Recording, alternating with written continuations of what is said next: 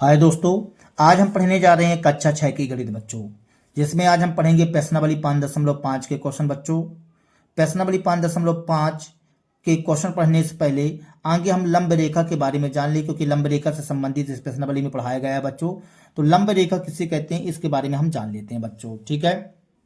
तो यहाँ पास हमने लंब रेखा की परिभाषा लिखा बच्चों, वे रेखाएं जो एक दूसरे को समकोण पर, कहां पर बच्चों, समकोण पर प्रतिच्छेद करें तो वे रेखाएं परस्पर लंब रेखाएं कहलाती हैं। कैसे बच्चों? वे रेखाएं जो एक दूसरे को समकोण पर प्रतिच्छेद करें, जैसे मान लीजिए एक रेखा ए हो गई और एक रेखा ए हो गई बच्चों। अब एक दूसरे को कहां पास प्रतिच्छेद कर रही हैं बच्चों? समकोण पर क्या करती हैं? प्रतिच्छेद करती हैं। मान लीजिए इस रेखा का नाम हमने दे दिया ए बी, इसका नाम सी डी नाम दे दिए। तो देखो बच्चों, ये ओ पर क्या कर रही है? प्रतिच्छेद कर रही है, लेकिन ये कहां पर प्रतिच्छेद करती हैं? समकोण पर। तो ये परस्पर क्या कहला जाएंगी? लंब रेखाएं कहला जाएंगी बच्चों। बात समझ में आया? यहां पास जो है तो 90 अंश का कोण बनेगा। कितने अंश का कोण बनेगा बच्चों? 90 अंश का कोण बनेगा। इसकी वजह से हम बोल सकते हैं कि ये लंब रेखाएं हैं। तो हम यहां बोल सकते हैं कि ए बी लंब है सी डी पर, या कि फिर सी डी लंब है ए बी पर। ये परस्पर एक दूसरे पर लंब रहेंगे। हम ऐसा भी लिख सकते हैं कि ए बी लंब है सी डी पर। बात समझ में आया बच्चों? इस तरह से मतलब एक दूसरे पर परस्पर लंब होती हैं बच्चों। तो वे रेखाएं जो एक दूसरे को समकोण पर प्रतिच्छेद करे तो वे रेखाएं परस्पर लंब रेखाएं कहलाती हैं बच्चों, ठीक है। चलो अब चलते हैं प्रश्नावली 5.5 के पहला नंबर क्वेश्चन में बच्चों।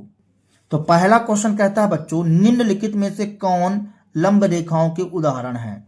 कह रहा है कि मेज की ऊपरी सिरे की आसन्न भुजाएं, मेज की ऊपरी सिरे की आसन्न भुजाएं बच्चों।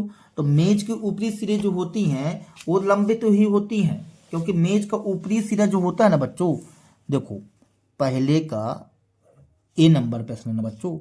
तो मेज की ऊपरी सिरे ऐसी होती हैं, ऐसी कुछ होती हैं बच्चों, ऐसी रहेंगी। क्योंकि देखो मेज ऐसा होता है तो यहां पास लंब रहेगा ना बच्चों, ठीक है ना।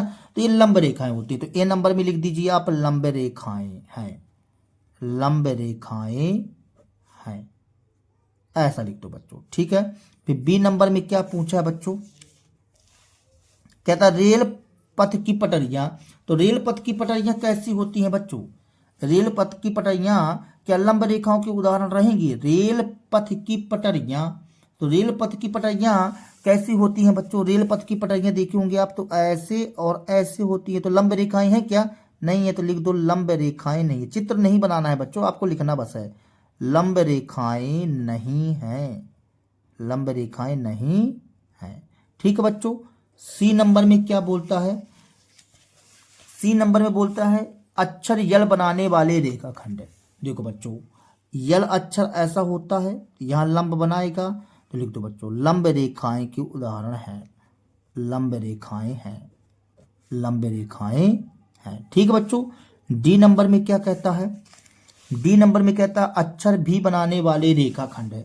तो भी देखो बच्चों, भी ऐसे होता है ना, भी ऐसे और ऐसे होता है। तो क्या यहाँ लंब बनेगा? नहीं बनेगा बच्चों। तो यहाँ लिखो लंब रेखाएं नहीं हैं, लंब रेखाएं नहीं है, नहीं है, इस स्टाइल से बच्चों।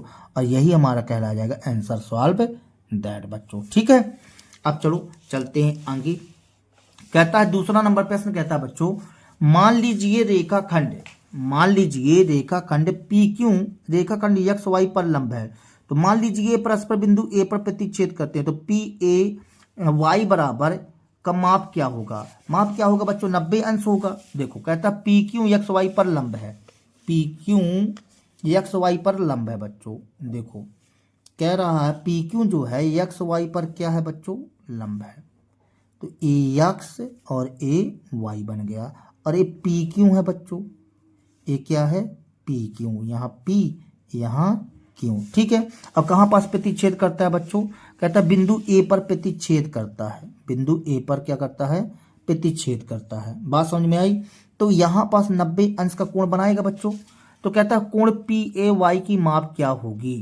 तो यहाँ पास बताओ बच्चों पी ए वाई का माप क्या होगा, कोण पी ए वाई बराबर कितना होगा बच्चों, 90 अंश, और यही हमारा कहला जाएगा आंसर सॉल्व है दैट। बात समझ में आया, क्योंकि हमसे बोला गया था कि पी क्यू जो है रेखाखंड पी क्यू रेखाखंड एक्स वाई पर लंब है, यहाँ पास ये बोला गया था कि पी क्यू लंब है एक्स वाई पर, ठीक है, इसकी वजह से पी ए वाई बराबर 90 अंश आएगा। ठीक है बच्चों, तीसरा नंबर क्वेश्चन कहता है आपके ज्यामिति बॉक्स में 2 सेट स्क्वायर होते हैं, इनके कोनों पर बने कोणों के माप क्या है, क्या इनमें से कोई ऐसी माप है जो दोनों में उभयनिष्ठ है। बच्चों देखो सेट स्क्वायर तो नहीं है, लेकिन हम आपको बता जरूर सकते हैं बच्चों। तीसरा नंबर प्रश्न है, देखो सेट स्क्वायर जो होते हैं ना बच्चों, कंपास में आपके सेट स्क्वायर होते हैं, एक सेट स्क्वायर ऐसा होता है, एक ऐसा रहता है, और एक सेट स्क्वायर थोड़ा ज़्यादा लंबा रहता है, ऐसा रहता है बच्चों, ऐसा सेट स्क्वायर होता है। देखो ये दोनों 45 अंश के होते हैं, ठीक है, और ये होता है 90 अंश का। कितने अंश का बच्चों, 90 अंश का। इसमें भी ये 90 अंश का होता है बच्चों, ये 30 अंश का होता है, आप नाप सकते हो बच्चों, ठीक है, ये 60 अंश का होता है। इसमें कह रहा है कि आपके ज्यामिति बॉक्स में 2 सेट स्क्वायर होते हैं, इनके कोनों पर बने कोणों के माप क्या हैं, इनके कोनों पर बने कोणों के माप क्या हैं, क्या इनमें से कोई ऐसी माप है जो दोनों में उभयनिष्ठ रहेगा। इसका इस स्क्वायर सेट स्क्वायर वाले का बताओ बच्चों, इसमें कौन कौन से माप है, ठीक ना। तो हम यहाँ लिखते हैं सेट स्क्वायर के कोणों के माप, सेट स्क्वायर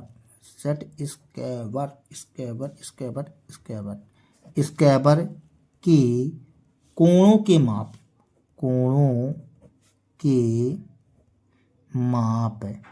माप क्या क्या होते हैं बच्चों ना, माप होते हैं 45 45 90, यह कि 90 45 45, ठीक है बच्चों, तथा 90 60 30 होते हैं। इसके बाद आपसे पूछा था कि इसमें से कोई उभयनिष्ठ माप है। देखो बच्चों क्या पूछा था, इनमें से ऐसी माप है जो दोनों में उभयनिष्ठ है। तो हाँ दोनों में उभयनिष्ठ माप है। हाँ उभयनिष्ठ का मतलब जो दोनों में हो। हाँ उभयनिष्ठ माप है, उभयनिष्ठ माप क्या है बच्चों, 90 अंश, जो दोनों में रहता है। देखो 90 90, और यही हमारा कहला जाएगा आंसर सॉल्व है दैट बच्चों, ठीक है, इस स्टाइल से। अब चौथा नंबर, इस आकृति को ध्यान से देखिए, रेखा यल, ये रेखा यल बनी है, रेखा यल यम पर लंब है। यम पर क्या है बच्चों, लंब है, बिल्कुल लंब है, ठीक है ना, उसने बोला ही है तो हम जैसा बोलेगा वैसा लिखना पड़ेगा बच्चों। कहता है लंब है, क्या है बच्चों, ये वाली रेखा जो है इस पर क्या है, लंब है। अब क्या कहता है, क्या सी ई बराबर ई जी है। देखो सी ई बराबर ई जी, सी ई बराबर, देखो यहाँ पास ई है, यहाँ पास डी, यहाँ सी बी ए, यहाँ पर जी एच, यल रेखा पर, ठीक है बच्चों। अब ये बताओ सी ई, तो एक हिस्सा दो हिस्सा, सी ई के लिए 2 हिस्सा कहलाया, ई जी एक हिस्सा 2 हिस्सा, दोनों के माप बराबर आएंगे कि नहीं आएंगे बच्चों, दोनों की माप 2 2 इकाई है। तो हम यहाँ पास लिखेंगे, कह रहा है कि क्या सी ई बराबर ई जी है, तो इसका कौन सा नंबर प्रश्न है बच्चों, ये चौथा नंबर प्रश्न का आंसर देने जा रहे हैं। 1 मिनट बच्चों, लिखो बच्चों यहाँ पास चौथे का ए नंबर प्रश्न, चौथे का ए नंबर कह रहा है कि क्या सी ई बराबर ई जी है। तो यहाँ पास लिख दो कि हाँ सी ई बराबर ई जी, ठीक ना, क्योंकि दोनों की माप 2 इकाई है। कितनी इकाई है बच्चों, 2 इकाई है, इस स्टाइल से बच्चों, ठीक है, दोनों की माप 2 2 इकाई आई है, इसलिए हमने लिख दिया सी ई बराबर ई जी बच्चों, ठीक है। अब चलो आगे, अब कहता है यहाँ पास सी ई बराबर ई जी हो चुका है, क्या रेखाखंड पीई जो है, पीई रेखाखंड सी जी को समद्विभाजित करता है। सी जी, देखो बच्चों सी से जी में तो सी से जी में यहाँ भी 2 इकाई, यहाँ भी 2 इकाई, बराबर बराबर आएगा ना। तो यहाँ लिख दो हाँ रेखा पी, यहाँ लिखोगे रेखा पी ई रेखाखंड सी जी को समद्विभाजित करता है। यहाँ लिख दो बच्चों बी नंबर, हाँ रेखा पी ई रेखाखंड सी जी को समद्विभाजित करता है इस स्टाइल से बच्चों। ठीक है बच्चों। अब सी नंबर में चलते हैं। सी नंबर में क्या कहता है बच्चों, कोई 2 रेखाखंडों के नाम लिखिए जिनके लिए पीई लंब समद्विभाजक है। अब देखो बच्चों, ये पीई लंब समद्विभाजक रहे तो 2 रेखाखंडों के नाम हम डीएफ भी बता सकते हैं और सीजी तो बता ही दिया है। तो और हम यहाँ 3 हिस्सा, देखो हम क्या करते हैं कि एक हिस्सा यहाँ एक हिस्सा यहाँ, तो डीई ले लो और 3 हिस्सा यहाँ 1 2 3, तो बीई ले लो और एफ एच ले लो। ठीक है, 3 हिस्सा यहाँ। तो हम लिखे देते हैं बच्चों डीएफ और बी एच। तो यहाँ लिखो रेखाखंड कौन कौन से हो जाएंगे, डीएफ तथा बी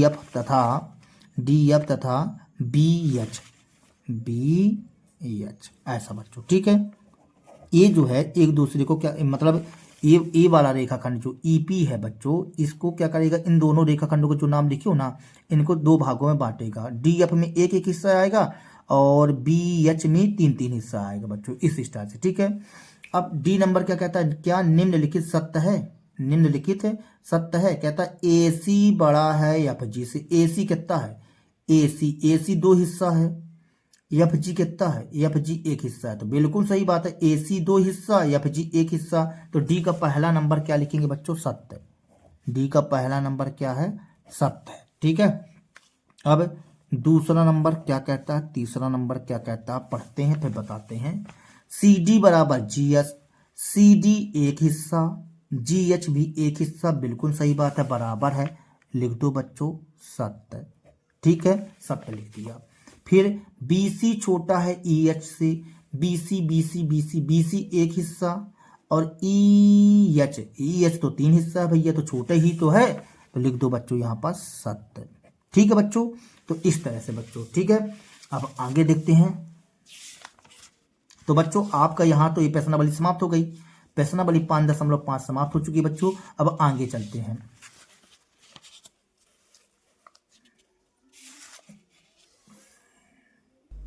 तो यहाँ पास बच्चों हमें आगे त्रिभुजों के बारे में जान लेना पड़ेगा। थोड़ा सा जान लीजिए कि त्रिभुज क्या कहलाते हैं, त्रिभुज कितने प्रकार के होते हैं, भुजाओं के आधार पर और किया कि कोणों के आधार पर। तो इन सब चीज़ों के बारे में आगे हमको जान लेना है बच्चों। तो देखो आगे सर्वप्रथम हम जानना चाहते हैं कि त्रिभुज कहलाता क्या है बच्चों, त्रिभुज क्या कहलाता है। तो सभी बच्चे ध्यान से देखेंगे बच्चों। तो देखो त्रिभुज की परिभाषा क्या होती है।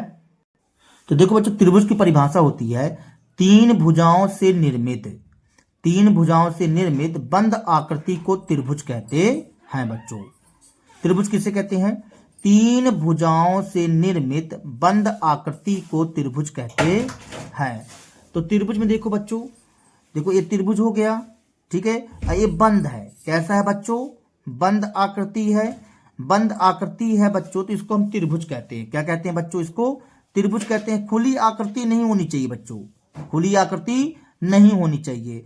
देखो इसको हम बोलेंगे भुजा बच्चों, इसको क्या बोलते हैं, भुजा। ये कहला गया भुजा, ये कहला गया भुजा बच्चों, ठीक है। और यहाँ पास ये जो बना हुआ है ना बच्चों, ये कहला जाता है कोण, और इसको हम बोलते हैं शीर्ष बच्चों। तो किसी त्रिभुज में 3 भुजाएं, 3 शीर्ष तथा 3 कोण होते हैं बच्चों। किसी त्रिभुज में 3 भुजाएं, 3 शीर्ष तथा 3 कोण होते हैं, ठीक है बच्चों। अब हम जानने का प्रयास करते हैं कि भुजाओं के आधार पर त्रिभुजों का प्रकार, भुजाओं के आधार पर।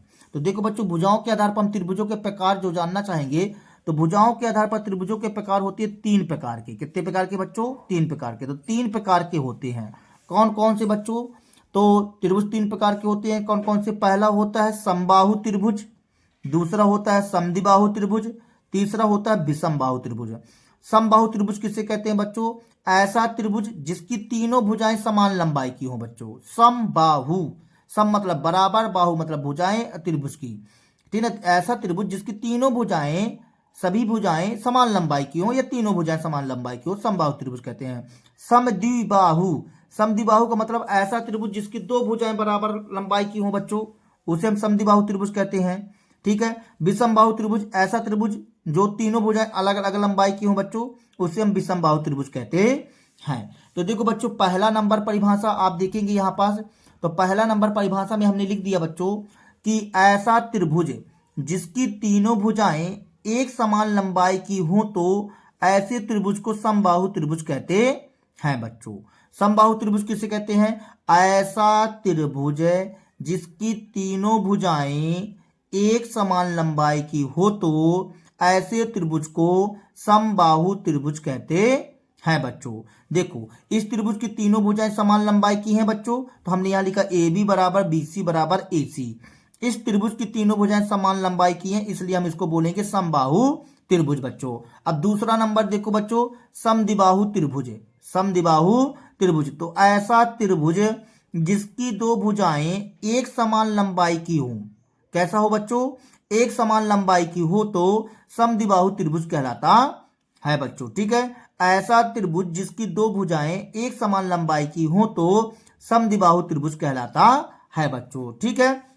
ये देखिए, हमने ये चित्र बना दिया जैसे में, ये देखो बच्चों, ये दोनों भुजाएं क्या हैं बच्चों? बराबर लंबाई की हैं, तो ए बी बराबर ए सी, ये समद्विबाहु त्रिभुज कहलाया बच्चों। अब हम जानेंगे विषमबाहु त्रिभुज बच्चों। तो विषमबाहु त्रिभुज क्या कहलाता है? ऐसा त्रिभुज जिसकी तीनों भुजाएं अलग अलग लंबाई की हो तो वह विषमबाहु त्रिभुज कहलाता है। और यहाँ पास बच्चों देखो, इसकी तीनों भुजाएं कैसी हैं? अलग अलग लंबाई की हैं, इसलिए हम ऐसे त्रिभुज को क्या बोलेंगे? विषमबाहु त्रिभुज बोलते हैं बच्चों, ठीक है। तो ये विषमबाहु त्रिभुज हो गया। तो हमने आपको तीनों परिभाषा बता दिया भुजाओं के आधार पर। अब जानो बच्चों, कोणों के आधार पर त्रिभुजों के प्रकार। तो कोणों के आधार पर भी बच्चों ये तीन प्रकार के होते हैं। कोणों के आधार पर त्रिभुजों के प्रकार तीन प्रकार के होते हैं। कौन कौन सा? न्यून कोण त्रिभुज, समकोण त्रिभुज, अधिक कोण त्रिभुज बच्चों, ठीक है। तो पहला आप जानो बच्चों, न्यून कोण त्रिभुज। ये सभी परिभाषा याद कर लीजिएगा बच्चों, ठीक है ना। तो ऐसा त्रिभुज जिसका प्रत्येक कोण 90 अंश से कम हो तो वह त्रिभुज न्यून कोण त्रिभुज कहलाता है बच्चों। ऐसा त्रिभुज जिसका प्रत्येक कोण 90 अंश से कम हो तो वह त्रिभुज न्यून कोण त्रिभुज कहलाता है बच्चों, ठीक है। तो ये न्यून कोण त्रिभुज कहला गया बच्चों। ये न्यून कोण, ये 90 से कम है बच्चों। ये कोण क्या है? 90 से कम है, इसलिए हम इसको न्यून कोण त्रिभुज बोल दिए। अब दूसरा जानो, समकोण त्रिभुज। कौन सा त्रिभुज बच्चों? समकोण त्रिभुज। तो ऐसा त्रिभुज जिसका एक कोई कोण 90 अंश का हो तो वह समकोण त्रिभुज कहलाता है। हमने क्या बोला बच्चों? ऐसा त्रिभुज जिसका एक कोई कोण 90 अंश का हो, तीनों में से एक कोई कोण क्या हो? 90 अंश का हो बच्चों, तो वह समकोण त्रिभुज कहलाता है। जैसे ये हमने चित्र बनाया बच्चों, ये देखिए, ये चित्र बनाया, ये वाला कोण 90 अंश का है, तो इसलिए समकोण त्रिभुज कहलाएगा बच्चों, ठीक है। अब जानो अधिक कोण की परिभाषा। अधिक कोण त्रिभुज क्या कहलाता है? ऐसा त्रिभुज जिसका एक कोई कोण 90 अंश से अधिक हो बच्चों, 90 अंश से अधिक है तो वह त्रिभुज अधिक कोण त्रिभुज कहलाता है। जैसे देखो बच्चों, ये वाला कोण जो है, ये वाला कोण जो है 90 अंश से अधिक है बच्चों, 90 अंश से अधिक होगा ये, इसलिए हम इसको बोल देंगे अधिक कोण त्रिभुज बच्चों, ठीक है ना। तो 90 अंश से कोई कोण 90 अंश से अधिक होगा बच्चों, तो उसको हम बोल देंगे अधिक कोण त्रिभुज बच्चों, इस तरह से, ठीक है बच्चों। अब चलिए हम चलते हैं कहाँ? प्रश्नावली में बच्चों। तो प्रश्नावली 5.6 का प्रश्न देखेंगे बच्चों आप लोग। तो प्रश्नावली 5.6 में बच्चों पहला नंबर क्वेश्चन कहता है निम्नलिखित त्रिभुजों के प्रकार लिखिए। क्या लिखना है बच्चों? प्रकार लिखना है, त्रिभुजों के प्रकार बच्चों, ठीक है। तो देखो यहां पास लिखा हुआ है कि ए नंबर में त्रिभुज जिसकी भुजाएं 7 सेंटीमीटर, 8 सेंटीमीटर, 9 सेंटीमीटर। ये बताइए बच्चों, यहां पास इस त्रिभुज के तीनों भुजाएं अलग अलग सेंटीमीटर की हैं बच्चों। जब अलग अलग सेंटीमीटर की हैं बच्चों, तो एक कौन सा त्रिभुज कहलाएगा? विषमबाहु त्रिभुज। कौन सा त्रिभुज बच्चों? विषमबाहु त्रिभुज। हम यहां लिख लेते हैं प्रश्नावली 5.6। प्रश्नावली, 1 मिनट बच्चों। तो 5.6 पहले का ए नंबर में कौन सा त्रिभुज कहलाएगा बच्चों? विषमबाहु त्रिभुज। विषमबाहु त्रिभुज, ठीक है बच्चों, विषमबाहु त्रिभुज। फिर बी नंबर कौन सा त्रिभुज कहलाएगा? कहता है कि त्रिभुज एबीसी में जिसमें ए बी बराबर 8.7 सेंटीमीटर, ए सी बराबर 7 सेंटीमीटर, बी सी बराबर 6 सेंटीमीटर है बच्चों। देखो इसको भी इसकी भी तीनों भुजाएं क्या है बच्चों? अलग अलग हैं।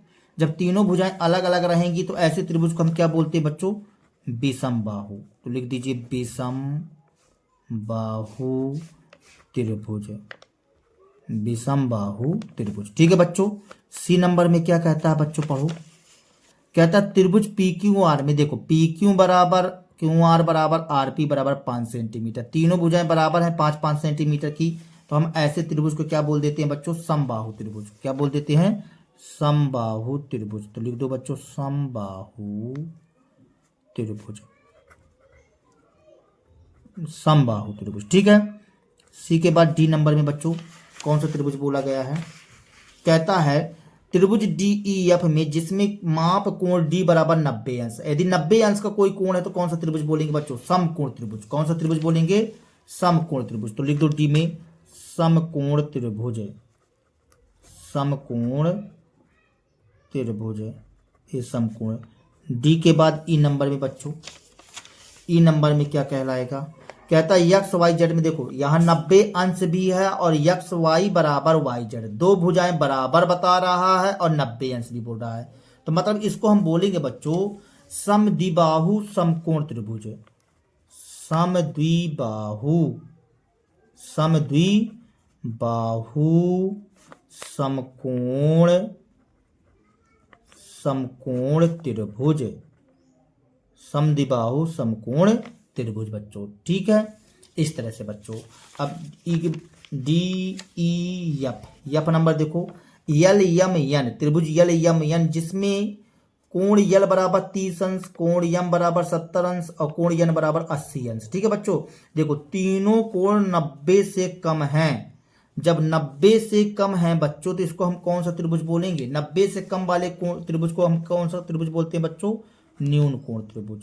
तो यहां हम लिख देंगे न्यून कोण त्रिभुज, ठीक है बच्चों, इस तरह से, ठीक। तो ये आपका पहला नंबर क्वेश्चन कंप्लीट हुआ बच्चों। दूसरा नंबर देखो, दूसरा नंबर क्वेश्चन कहता है बच्चों निम्न का सुमेलन कीजिए, मतलब मिलान कीजिए बच्चों। क्या कीजिए? मिलान कीजिए, ठीक है।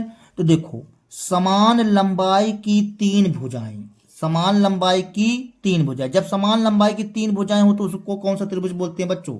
समबाहु त्रिभुज। तो देखो कहीं समबाहु त्रिभुज लिखा है, देखो ई नंबर में लिखा हुआ है, मतलब पहले का ई नंबर, पहले का ई नंबर। दूसरे में हम करेंगे बच्चों पहले का कौन सही रहेगा? ई नंबर बच्चों, ठीक है। हमें आंसर बस बता रहे हैं बच्चों, लिखना है आपको है, और जब पेपर में आता तो ऐसी ही जोड़ी मिलाया जाता है, ठीक है बच्चों। तो दूसरे का कौन सा सही रहेगा बच्चों? कहता है समान लंबाई की 2 भुजाएं, जब समान लंबाई की 2 भुजाएं होंगी तो उसको कौन सा त्रिभुज बोलते हैं बच्चों? समद्विबाहु त्रिभुज। समद्विबाहु त्रिभुज चेक करो, ये देखो जी नंबर, कौन सा नंबर बच्चों? जी नंबर। तो यहां लिख दीजिए आप जी नंबर बच्चों, ये लिख दिया हमने जी नंबर, ठीक है। यहाँ ई नंबर, यहाँ जी नंबर, ई नंबर जी नंबर, ठीक है बच्चों। तीसरे नंबर में कौन सा सही रहेगा बच्चों? तीसरे नंबर को पढ़ो तब तो पता चलेगा। अलग अलग लंबाई की सभी भुजाएं, जब अलग अलग लंबाई की सभी भुजाएं होंगी तो कौन सा त्रिभुज कहलाएगा बच्चों? विषमबाहु त्रिभुज। विषम, ये तो विषमबाहु विषमबाहु त्रिभुज, मिस्टेक है लगता है बच्चों कुछ, ठीक है। अलग अलग लंबाइयों की सभी भुजाएं, तो अलग अलग लंबाई की सभी भुजाएं होंगी यदि मान लीजिए तो उसको हम तो विषमबाहु त्रिभुज बोलेंगे। तो समकोण नहीं लिखना चाहिए इसको यहाँ पास। विषमबाहु त्रिभुज, कौन सा त्रिभुज बच्चों? विषमबाहु त्रिभुज, ए नंबर। कौन सा नंबर? ए नंबर हम इसमें लिखे देते हैं विषमबाहु त्रिभुज, केवल इतना होना चाहिए विषमबाहु त्रिभुज बच्चों, इस तरह से, ठीक है बच्चों। चौथा नंबर क्या कहता है? चौथा नंबर कहता है 3 न्यून कोण तक, जब 3 न्यून कोण रहेंगे बच्चों तो उसको हम न्यून कोण त्रिभुज बोलेंगे। न्यून कोण त्रिभुज एफ नंबर सही रहेगा बच्चों। तो एफ नंबर, कौन सा नंबर? एफ है नंबर। ठीक है बच्चों। फिर बी नंबर में क्या कहता है बच्चों, बी नंबर में कहता है कि एक समकोण, जब एक समकोण रहेगा बच्चों तो समकोण त्रिभुज कहलाएगा। समकोण त्रिभुज कौन सा है, डी नंबर। कौन सा नंबर बच्चों, डी नंबर। ए हमने कर दिया डी नंबर। ठीक है बच्चों। फिर भी आई नंबर क्या है बच्चों, एक अधिक कोण, तो अधिक कोण वाले को सी नंबर अधिक कोण त्रिभुज कहेंगे बच्चों, सी नंबर। यहाँ सी नंबर में टिक मारो, सी नंबर। ठीक है। फिर भी डबल आई बच्चों, भी डबल आई में क्या कहता है, दो बराबर लंबाई की भुजाओं के साथ में एक समकोण त्रिभुज। तो दो बराबर लंबाई हो तो समद्विबाहु त्रिभुज, और समद्विबाहु त्रिभुज और समकोण त्रिभुज कहला जाएगा। तो बी नंबर बच्चों, कौन सा नंबर, बी नंबर। ये हमने बी नंबर में मार दिया। इस तरह से बच्चों आपका ये दूसरा नंबर जोड़ियां कंप्लीट होता है बच्चों। ठीक है। चलो तीसरा नंबर प्रश्न देखते हैं बच्चों। तो तीसरा नंबर प्रश्न क्या कहता है देखेंगे आप लोग। तो तीसरा नंबर प्रश्न कहता है बच्चों, निम्नलिखित त्रिभुजों में से प्रत्येक को दो प्रकार से नामकरण दीजिए। आप कोण का प्रकार केवल देखकर ज्ञात कर सकते हैं। देखो बच्चों, यहाँ पास तीनों भुजाएं पहले नंबर में, ये बताइए दो भुजाएं बराबर हैं। जब दो भुजाएं बराबर हैं बच्चों तो इसको हम कौन सा त्रिभुज बोलेंगे, समद्विबाहु त्रिभुज तो बोलेंगे ही बोलेंगे। जब दो भुजाएं बराबर हैं तो हम कौन सा त्रिभुज बोलेंगे, समद्विबाहु त्रिभुज बोलेंगे। और कोणों के आधार पर बोलोगे बच्चों तो देखो ये कोणों के आधार पर हम इसको, हमको तो ये 90 तो नहीं दिख रहा कोई भी, तो हम इसको बोल देंगे न्यून कोण त्रिभुज। कौन सा त्रिभुज बच्चों, न्यून कोण त्रिभुज। समद्विबाहु त्रिभुज और न्यून कोण त्रिभुज। तीसरे का,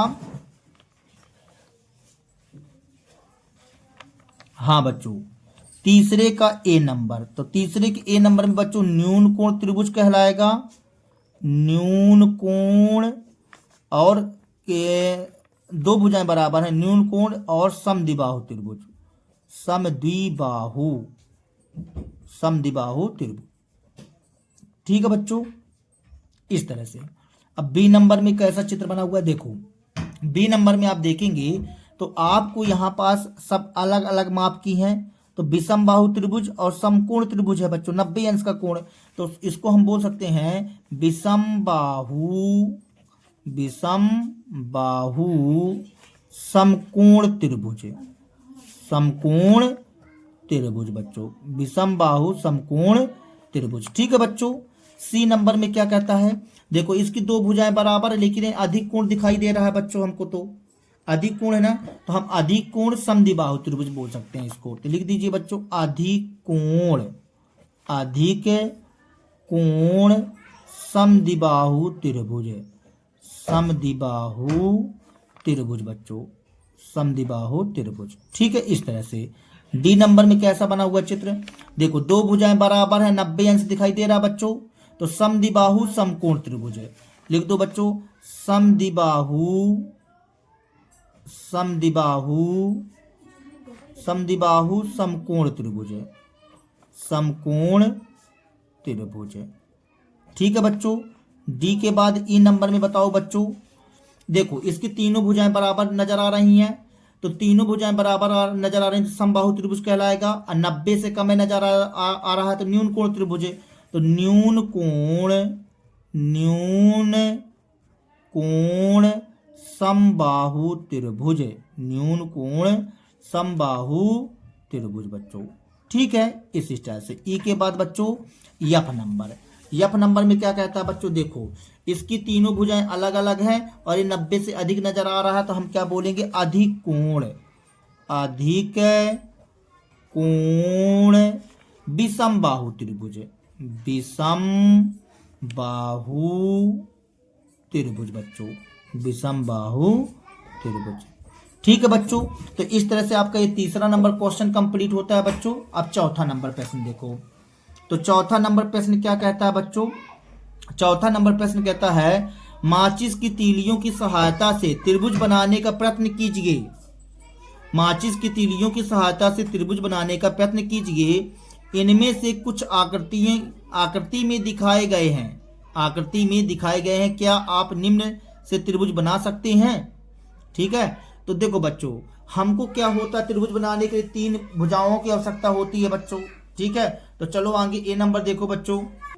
तो ए नंबर में कहता है बच्चों 3 माचिस की तीलियां, बी में 4 माचिस की तीलियां, सी में 5 माचिस की तीलियां, डी में 6 माचिस की तीलियां बच्चों।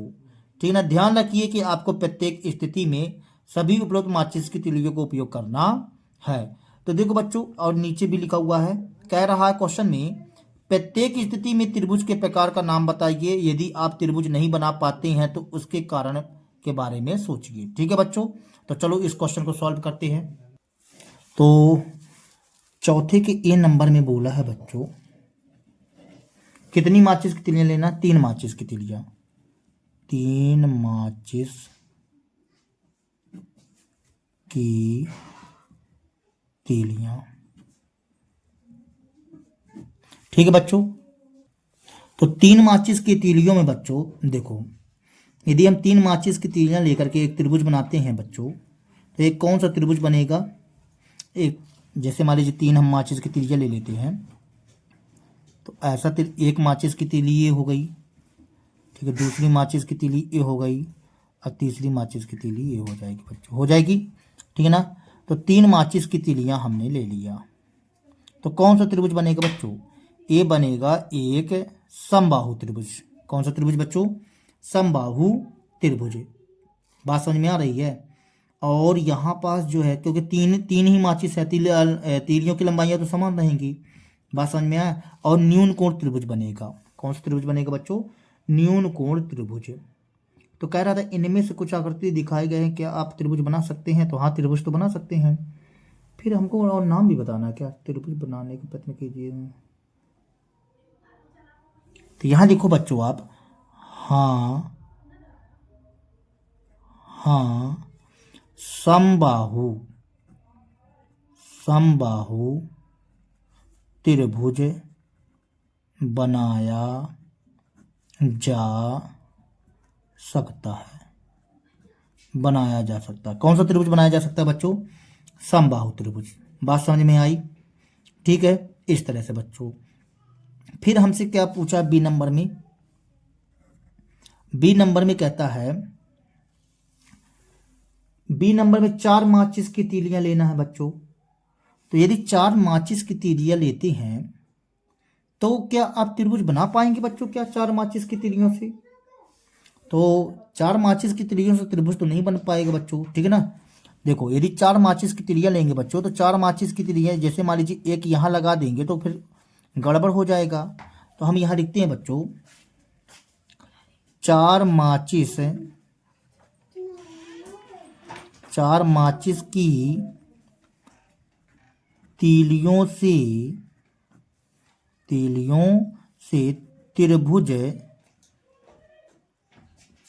त्रिभुज नहीं बना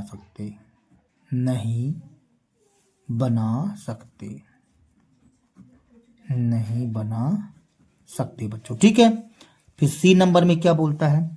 5 माचिस की तीलियां, 5 माचिस की तीलियां, 5 माचिस की तीलियां लेना है बच्चों।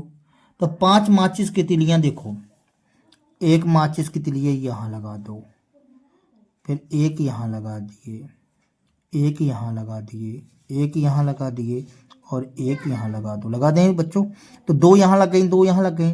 तो इसमें बनेगा बच्चों, हाँ समद्विबाहु त्रिभुज बनाया जा सकता है। तो यहाँ लिखो, हाँ समद्विबाहु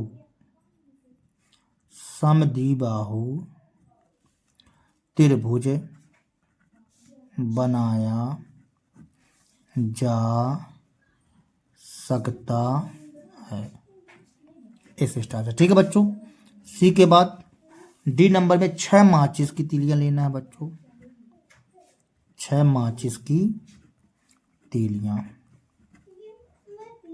तो 6 माचिस की तीलियां लोगे बच्चों, तो देखो एक माचिस की तीली यहाँ हमने लगा दिया, फिर एक माचिस की तीली यहाँ लगा दिया, एक माचिस की तीली यहाँ लगा दिया, एक माचिस की तीली यहाँ लगा दिया बच्चों।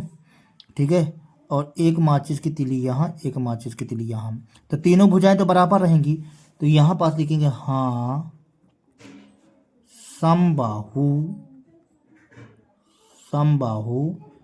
त्रिभुज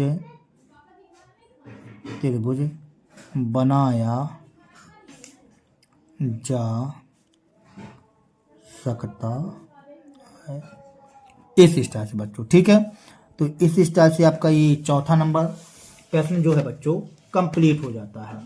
कौन सा नंबर बच्चों? चौथा नंबर प्रश्न कंप्लीट हो जाता है। ठीक है बच्चों,